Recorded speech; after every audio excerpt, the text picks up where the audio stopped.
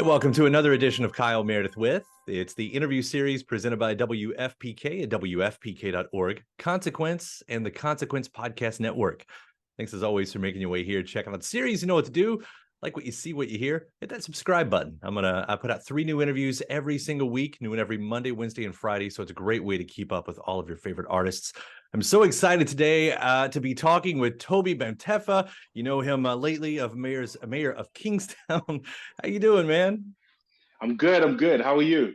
Doing well over here. Congratulations on another fine season that's been going on with Kingstown here. Thank you. Yeah. Thank you. Thank you. And you know, Bunny is this I think Bunny is an epic character. Yeah. Yeah. I don't know how to explain that. You know, and to this is the first time we're talking, but watching your interviews and just hearing about your background and your actual self seems like the actual realized version of Bunny is so different than yourself. What is it like to get in the mindset of this character? It's it's it's it's definitely an exercise. It requires a lot of research. There's also a lot of like talking to myself in my household, which my wife absolutely hates. But because obviously this is not my accent. I don't have an American accent, so there's all of that. But also just to be able to access perhaps on a personal level, parts of myself that I don't have that much access to in that sense. Like particularly to do with violence and things like that. Just to be able to access that in order to portray somebody who is convincingly pretty scary. All things notwithstanding, but yeah, just it's definitely an exercise. It's a good one, but for me, it's like it's right up my street. It's the kind of stuff that I try to strive towards. Being able to cultivate a character like that is so far different from who I am personally is just it's a dream. It's a lot of work. I love it. Yeah, because that's part of the thing, right? I mean, part of this gig is you get to play fantasy and you get to act, but you Exactly. have to Exactly. find yourself. You have to find something about you that is represented in a character, right? Yeah, yeah, yeah, 100%. And there has to be a balance. I personally, I feel anyway that you need to be able to have like a boundary, in order to keep yourself anchored. So that like I said, I've got family. My wife is here. I've got my in-laws, my parents, my brother, and stuff. And I don't want to be going. When I'm not filming, I don't want to be going to their house as some drug dealer from Michigan, who murders people for money and all that kind of stuff. Do you know what I mean? So yeah, there has to be a boundary and there has to be a very strong anchor in order to sort of pull me out of it, just so I can have a bit more, just so I can have a bit of respite, and also to allow my brain to subconsciously conjure up different ways of being creative. Yeah. Yeah, and even getting into the character then, because that almost sounds exhausting what you said right there, having to keep that separate, but even to be Bunny, like, and I'm talking about in the fictional sense, Yeah, um like here's a guy who always has to play two sides, yeah, and yeah. and I think you were saying in a different interview, it's when Bunny makes a decision, it's with a consideration of people's lives. Yeah, yeah, yeah. It's very heavy. He's the position he's in is not one that a lot of people are in. So and it's particularly the stakes are particularly higher because we're not talking about jobs or people's livelihoods. We're talking about actual lives and and the effects and their lifestyles and also the effect of this world on their lives. So yeah, any decision you make, the repercussions have to be weighed properly in order to move forward on that, and there has to be a certain element of uh, um I guess I don't want to call it immunity to consequence, but sort of a hardening towards it, so that whatever consequence occurs from your decision, you should be able to take it. But it's an expectation. If you're going to do something, you need to be ready and expect a retaliation of sorts. You know what I'm saying? And that's the world in which he lives. And it is a lot. it's a lot because I have to carry that into I have to carry that into work. I have to sort of carry that essence into work, and sort of sometimes there's a part where I do feel like, you know, certain people need to actually feel that I can like, if it was to get gully like that, you know, I can really carry that out.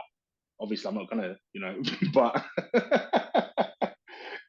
But that, you know, there's so many interesting things about that too, because, you know, when you look at people who do live this lifestyle, you know, most of them, it's not like they wanted to, you know, no, they didn't choose that yeah, lifestyle, you know, and maybe a yeah. few of them, you know, they're gung ho for it. You know, there's always going to be that kind of person too. But you know, it does feel like in that moment, like this is a show that has a chance to say really big things. Do you all think of it in that type of scope? um, that's interesting. Actually, I don't think I try to I think of it, but not directly. It's always an indirect thought because my my job is to focus and hone in on what the truth of the scene is, what the truth of the story is, what the truth of the character, and therein. So once you do that, everything else will speak for itself. So my character, how we've cultivated Bunny is that he is this person, he's this individual who is in this world, not by choice. I don't think anybody is there by choice. It's for a lot of people, especially, you know, African Americans within who have experience in penitentiaries and stuff like that. It's often, you know, as a result of the lack of opportunities, you know, for lack of a better term. But yeah, it's all of that, and you have to be able to hone in on all of that and portray it authentically. So then, like what you said, you know, the wider conversations, the big conversations around that sort of just happen naturally, and then you see what you're seeing is the effects, the compound effects of all of these little lives and all of these little decisions kind of taking place, and you know why this is. Okay, this is to do with institutional racism. This is to do with nepotism, violence, trauma. People are going through a lot of psychological trauma, physical, you know, emotional, and whatnot. So all of that compounds itself into this fantastic story, into this fantastic world of Kingstown, and the driving force being that we are in this really hot pressure cooker, surrounded by prisons, you know. So yeah, that's how I think of it anyway. Yeah, and I mean the prison system in itself, the way the show does get to speak for that, because if you know, there's lots of things that need a spotlight, and that's definitely one of them. Yeah. Just what's going on, and like you know, you're not American, and I don't know how like how similar it is, you know, where you came from, the prison systems over there, and maybe I should ask that, like how much did you get to learn about that, and how big is the difference, if any? Um, I mean, in I've studied, the I guess the level, the threat of violence is I would say is pretty similar. But I feel like I do feel like there are certain I think the privatization of that whole industrial, the prison industrial complex, puts a completely different spin on it, because now we delve into a world in which your human rights, even if you have committed a crime, your human rights are now placed or in competition with profit. And so I don't think we have that much. I don't think we have that here. We don't have it in England. You know, it's generally run at Her Majesty's prison. So it's or His Majesty's prison rather. So it's run through the governmental body. Whereas in America, it's like, you know, you have private prisons, and you also have prisons run by the federal, the you know. So the similarities being that obviously when you're incarcerated, the threat of violence is constant, especially in men's prisons. It's constant. You know, you sort of have to have your wits about you in that. And I would say that the things that go on within them are very universal.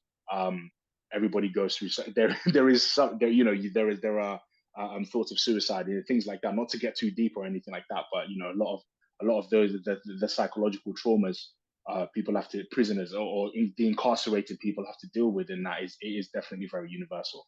Yeah. Well, I mean, mental health is a part of it, as we're saying, the way the show gets to talk about those bigger subjects. I mean, you've talked about that, being mental health as being a big part of your daily routine. And, 10 years ago, we didn't talk about that at all. And that has changed, and why was that such a big, important turning point for yourself? Because when I was going through when I was going through certain troubles, um, it got really heavy for me. But I knew I was very conscious of it, so I actively tried to do things, and a lot of my decision making was geared towards kind of pulling myself out of it. I think that there are, I think that for the most part, people aren't aware that they are going through certain things. They're not. Some people just take whatever situation they're in as normal, and obviously, I keep using this word compounding, but that has a compounding effect, over a certain amount of time. So what I don't know how to explain this, but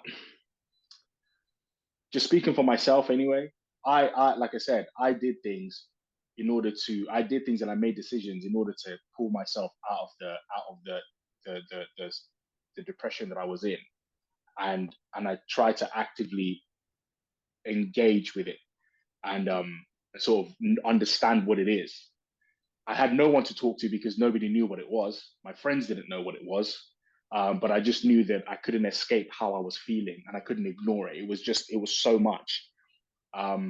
So yeah, eventually, obviously, years later, we start finding out, there were actually words to these feelings: depression, anxiety, to thoughts of self-harm and all that kind of stuff. Not that I've gone through any of that personally, but I know people who have. And now we sort of start discovering new processes of attaching a name to it so that you can actually address it, and I think that's helped a lot of people.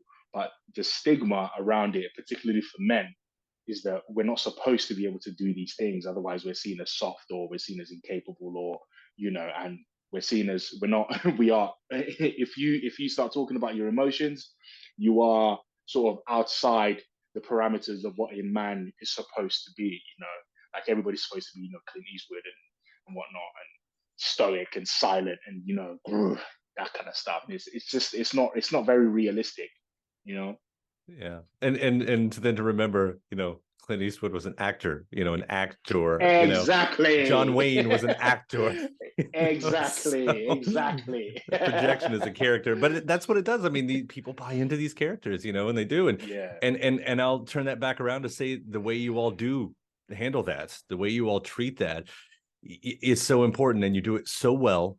And showing the multitudes of people, that the good and bad are gray words sometimes, and I do think that's important, that just showing those layers of people. And by the way, and just the performances, of course, you've got Jeremy Renner here. When I watch the two of you all work with each other, I wrote down, it happens a lot, of course, but the third episode of this second season, I think it's called like 5 at 5 or something close to that. Yeah. But I was watching you all, and it's like a slow dance that you're doing with each other. I agree. Yeah. I don't know if you could put words to this, but why does it work so well, your all's working relationship? I think, in my experience anyway, I don't know what it's like for Jeremy, but I know when I'm working with him, it feels I feel like I'm allowed to play. Excuse me, I'm allowed to play. So it becomes very fluid. I know that they're not. I know that the script, the production isn't precious about the script. What they want is the story to make sense. So if certain lines don't make any sense, or if certain words don't, and you could quite easily take that out. But what needs to be important is the truth of it. And I remember actually in season one, it was I did ask Jeremy, my first day on set. I did ask him kind of what's your process like, and he just said it quite bluntly. Is I focus on the truth of the scene. And I took that to heart, and I took that and I ran with it. So I was like, cool. So with that, and because I'm dealing with an expert, do you know what I'm saying? So Mm. because of that, I actually feel quite safe around it, because I know that, okay, cool, he's coming, so I'm prepared for it, and I know he's prepared for it. So we sort of just play around, we play with it, with the scene, and find what works. There are several takes we have, all each of them all have something very different. They vary, and I guess in post, what you're seeing is literally just a smidgen of what, of what we had worked on, and it gets really exciting. I can spend all day talking about this. I can spend all day on set. Do you know what I mean? Because Mhm. it's just working like that is just so amazing. It's light. It's my love. I love it. Um, you know, I wonder though, off camera, um, he's a DJ. Do you all break out the music conversations much? No, not really. But I will. I don't know if actually no, he doesn't know this. But I know I listen to some of his songs. He's got a couple of songs on YouTube as well. And I'm like, oh my god, this guy can actually rock. It's like he's all right. He's actually all right. It's really good about Not that that. it's not surprising, but But he's you good. came He's from really that good. world too, right? I mean, you started. Did I read that right? A spoken word artist. Yeah, that's right. Yeah. I had my stage name was Bam Bam the Poet, so I was pretty good. I was pretty good, I think. Anyway, I was in the London circuit, so did like little pop up shows here and there and stuff like that. And but I did it with a view of getting into acting. So I come from my whole family are actors, or not sorry, not my whole family, but my parents are actors, and my whole family are generally quite artistic. So I feel like spiritually, I come from a very long line of storytellers, you know, and people who are sort of connected to our lineage, and and our spirituality. That's the line that I come from. So it's my brother and I kind of channel that into everything that we do. Um, so yeah, it's that. Yeah, That's beautiful, though. I mean, just having that support, having that inspiration, having that yeah, education that's there if you need it. And I love yeah, the way you're in a family of storytellers. It's because it shows. yeah.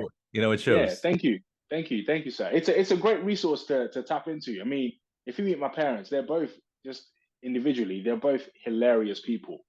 But my dad, especially, he can put when he turns on the seriousness on stage and on screen and stuff.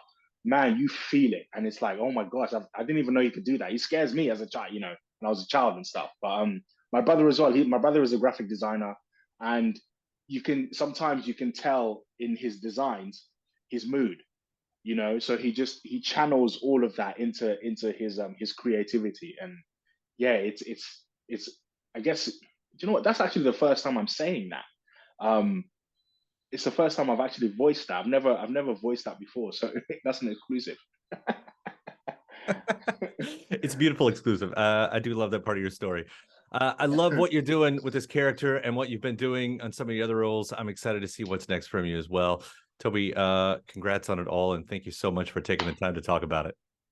Thank you very much for having me, and it's been a wonderful conversation. And yeah, man, have a great day, man. And thanks to my guest. Also, thanks to you for checking out the episode in the series. Before you get out of here, hit that subscribe button. Again, you get 3 brand new interviews every single week. New one every Monday, Wednesday, and Friday at right here on YouTube, or of course anywhere in podcast land, including iTunes, Apple Podcasts, Spotify, Podchaser, NPR, or WFPK.org as well. A great way to keep up with your favorite artists and discover new ones as well. Then after that, actually head over to WFPK.org. That's where I do a show Monday through Friday, 6 p.m. Eastern. It's an hour full of song premieres, music news, anniversary spins, bonus interviews, Monday through Friday, 6 p.m. Eastern at WFPK.org. Consequence has your music and film news. You can also find me on the social media spots, Facebook, Instagram, mostly on Twitter. All 3 of them, the address is at Kyle Meredith. Do hope you like and follow along. That does it for another edition. I'm Kyle Meredith. I'll see you next time.